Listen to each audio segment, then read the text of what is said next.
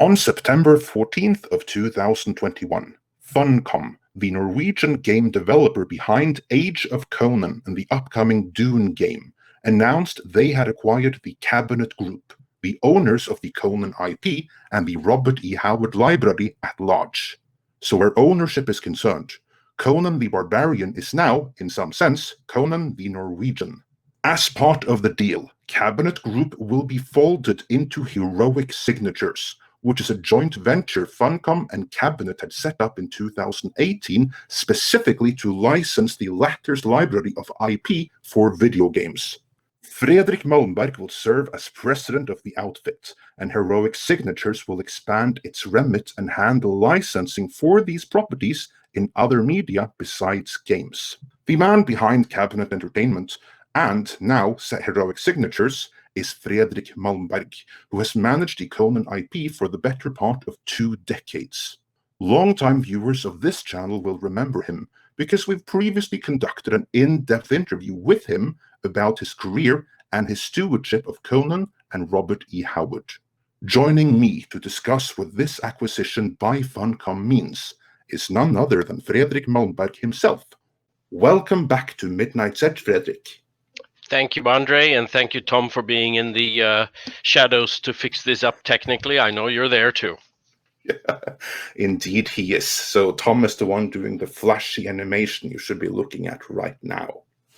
Now, before we get into what this acquisition means in practical terms, can you briefly go through your earlier dealings with Funcom and what they have meant for rebuilding the Conan brand? Sure.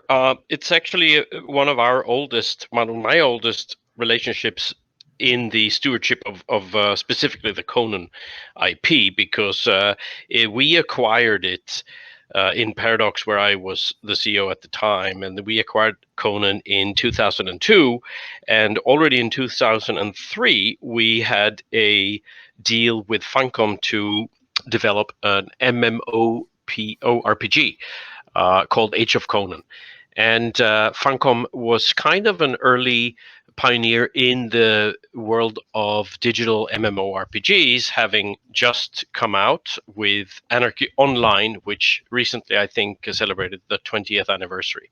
So Funcom was one of our first licensees to reboot the whole Conan IP, along with McFarlane Toys and Dark Horse Comics. And we actually used the concepts developed for the Age of Conan game as the master style with Dark Horse and McFarlane Toys as well. So my relationship with Funcom goes back almost 2 decades. That is awesome, and they have done really well for Conan in the games, for a series of games since then. So you obviously had a great working relationship already. But what precipitated going from there to an all-out acquisition, which is what now has been announced?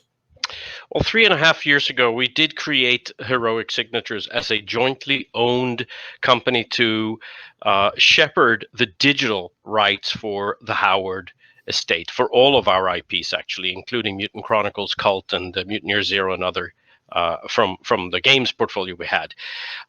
This was because I saw already around 10 years ago that the gaming industry was actually surpassing the entertainment industry in both financial terms, but also in actually making your IP relevant with new generations of gamers, and they of course also look on TV and they consume comic books and so forth. So when we created Heroic Signatures, that was a way we could say we got engaged, and if that worked out fine, that would of course then lead to something more, or we would separate. And then about a year ago we started discussing what with myself and Rui Casais, who is the CEO of Funcom, we started discussing if we should explore a full it's not a merger, it's an acquisition. So that resulted in this deal that was just announced today.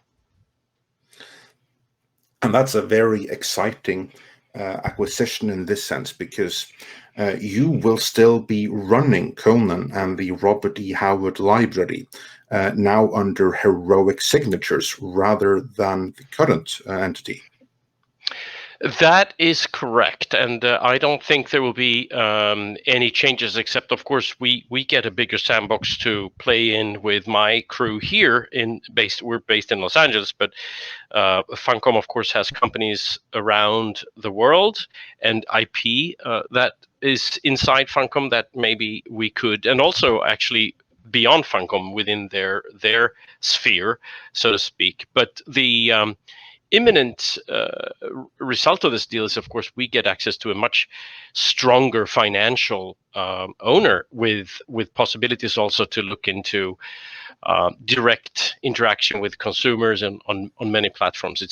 It's very new still, but I'm extremely happy about the challenge because we now belong to a real corporate structure that understands the IP. Funcom has top management executives and teams that really love and understand not only Conan but the whole IP portfolio, and they that is very rare that you get that type of creative understanding of the IP. So that is very uh, well. I'm very happy about that. Yeah, that's actually a really interesting point because we have seen numerous previous examples of larger corporations acquiring smaller companies that own or manage any one entertainment brand. And in time, requirements from corporate end up having an adverse effect on the acquired brand. Is that something that you considered? Absolutely. We of course looked at when I started thinking about maybe selling the finding another owner. Then of course you have to think about what is the legacy going to be and where is a good home for it. And you don't want it to just become a dormant IP portfolio at some huge in some huge library. And that actually I think was one of the reasons Funcom was the perfect buyer, because we have been working together for so long and they have such deep knowledge that I feel this was the necessary step for them too. As if you don't control or own an IP, it's very hard to warrant and really spend the huge investments that are necessary today in both gaming and TV and other entertainment sectors to make to make a statement and to be relevant to the audience. So with this, I think I don't think they would have really pursued this at all if it weren't for the fact that they have been very successful with these IPs. They've made a lot of money on them, and they have been very true, in fact, to the Howard version of Conan. So I feel very good. I feel very good. Yeah, the Norwegians working on the Age of Conan and later games, they certainly are Howard super fans, and that's obvious in the final product.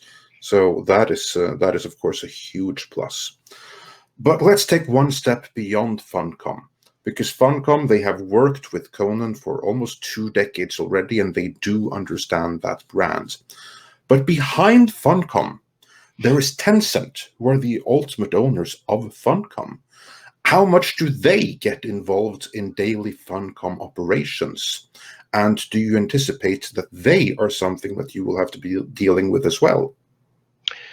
Good question. I don't know how much they are involved in the Funcom operations. You have to ask Funcom about that. But I see them. For those listeners who don't know, Tencent is the world's largest gaming company. But it's more than that. They're an entertainment company that also has streaming services and many online applications worldwide.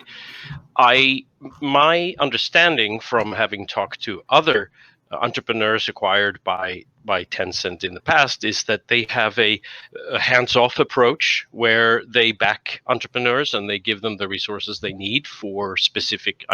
But again, I don't have any more information on that, except of course for myself, I report to an American board here in the U.S., which is basically two high executives from from Funcom, which is Rui, the CEO, and Stian, the CFO. So that's my chain of command. Yeah. I've also heard that Tencent generally are very hands-off, and they own many different companies, and generally they appear to be taking a hands-off approach. But getting back to the potential that this acquisition presents, are there some new projects that you are working on with Funcom right now? Yes, we keep, of course, working on Conan Exiles, which just had a big expansion released earlier this summer.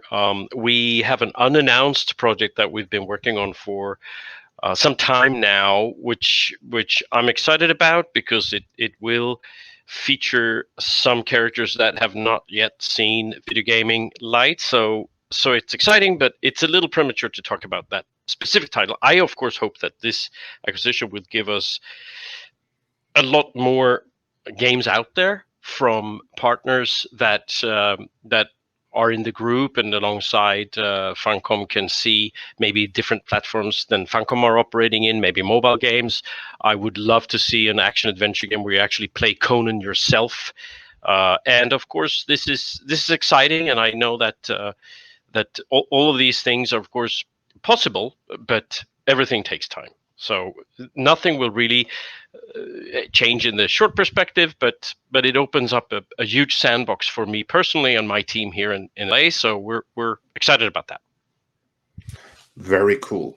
And finally, I have to ask, beyond the games, what is the status of the Conan series on Netflix, as well as on the Solomon Kane series that you're developing internally? Well, let's start with the Solomon Kane thing that we are developing internally. This acquisition is actually could also change things for us, as we can then look at different. We could look at, for instance, anime versions of Solomon Kane. We can look at various media. We could even look at tying into some of the gaming plans we would have for the character. So we need to put the thinking hat on that maybe this actually opens up new avenues for us for Solomon Kane. With Conan, I'm happy to say we are writing, we're in development, which means we basically work with a writer who has written the first draft of the pilot of the series, and that will then a season overview. So we are working together with the Netflix team. Obviously, with COVID, it's been a little tricky because everybody's working from home, and you know what that means in terms of it's all Zoom conferences and very difficult to get everybody aligned. So things are progressing, but as always, you want them to progress faster than they do, but that's the world we live in. But things are going well. Excellent, glad to hear it. And I look forward to discussing all of these projects as soon as you're able to reveal more information about them. I'd love to be back, Andre. You're always welcome. And we love to hearing from you. And for now, thank you for your time and good luck with your new responsibilities at Heroic Signatures. Thank you.